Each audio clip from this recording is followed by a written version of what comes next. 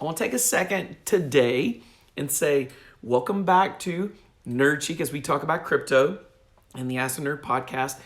We're going to discuss Ethereum and its kind of unsustainable trajectory at the moment. Now, hopefully by the time you watch this video, it'll be in the past and Ethereum will be on track. 2.0 will be rolled out and everything's going to be gold and awesome. But right now, we're in a moment of time where gas fees, just to do one transaction or buy one NFT or launch one NFT or to launch a project or work in something or even transfer tokens, is so exorbitant that most people can't get in. Right now, you can see that one Ethereum token is thousands of dollars, over $4,000 for the most part. You can see right now that to transact one transaction on the blockchain, it used to run just dollars, then it ran tens of dollars. Just months ago, it was 20 some dollars or $50, and now it can be over $100. I've seen it like $123 for a transaction on the blockchain. Even with the side chains and everything else, that's really an unsustainable course, and here's why. Folks that are just getting into crypto cannot reach that level to enter. The barrier to entry is getting higher and higher with Ethereum, and it's on an unsustainable course. Now, the good news is this. Ethereum 2.0 is on its way and it's working. New functions happening. I mean, I've got Ethereum 2.0 staked, so I can't wait to get there. There's a lot of us that are excited about that. It's supposed to bring a lot faster transactions and a lot less cost. And so for those of us that are trading NFTs or creating NFTs, like I'm an NFT creator.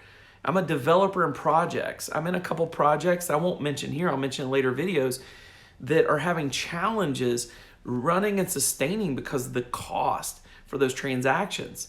I mean, just even doing some of the liquidity stuff for some of these projects for their own tokens is insane. The cost is insane. I'm burning through massive amounts of Ethereum, hundreds of dollars, just to be able to do small chunks of things to increase the project or give it value. So to be clear, if you're investing in Ethereum, you may see some funny stuff happen for the next little bit. There's pressure for Ethereum in its own crypto, it's the Ethereum token, to go up. There's pressure for it to go up because people are investing in crypto more and more and it's becoming more mainstream. But the reality is that Ethereum is on a crash course with gas fees. And unless there's some change radically soon, it's going to throttle the network. It's going to throttle the entry for newer people, while some of the folks that have been in it for a while are going to do better. And that just makes me sad. So here's some options. Using side chains for things that you can, do. Polygon is an option. When you're doing swaps, looking for using crypto.com to find out what the latest gas fees are. You can search it, Ethereum gas fees, and you can keep up with the gas fees itself and it'll tell you.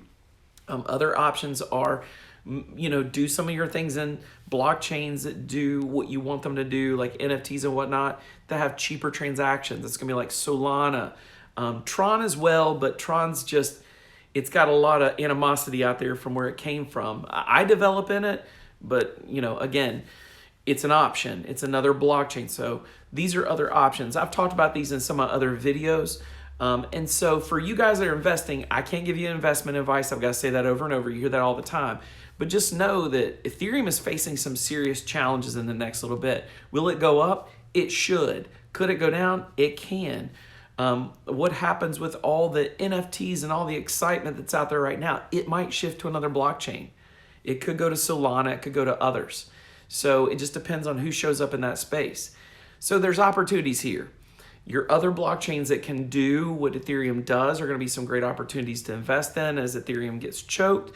And then as Ethereum takes back off and 2.0 kicks in or whatever, it might have some massive more growth because there's tons of the celebrity world getting into Ethereum and NFTs and that kind of thing. So do you want to miss out? No. Just be aware. And for me, when it comes to investments, I diversify. Also for me, I don't keep Ethereum long because I'm in so many projects. I'm always using it for gas and burning it. Hello. But what's the value? Guys, I've seen so much value in that effort because of the airdrops and the initial offerings and the opportunities from new NFTs. It's just so good. So don't miss out because you're afraid. Just be wise in how you go for it. So if you're investing, that's some ideas to think about as you do your own research. And if you're developing, maybe you want to look at not just developing on one. Don't be a one-trick pony. I'm not. Look at all of your opportunities.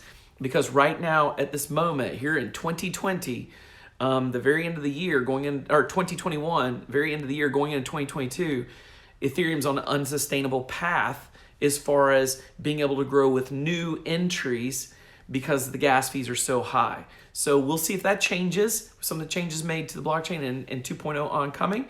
If it doesn't, then you're going to see more side chains take off. You're going to see more new chains that are, I'd say, Ethereum, competitors, or a better word may be contemporaries.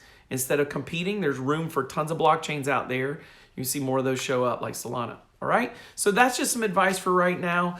And you guys have fun. Ask your questions in the comments. Give us some love and thumbs up. Be sure to share this. Tell your friends about us. You guys have put us to almost 2 million views. It's all y'all doing it. Let us know how we can help you more. Thanks for tuning in to Nerd Chic. Boom.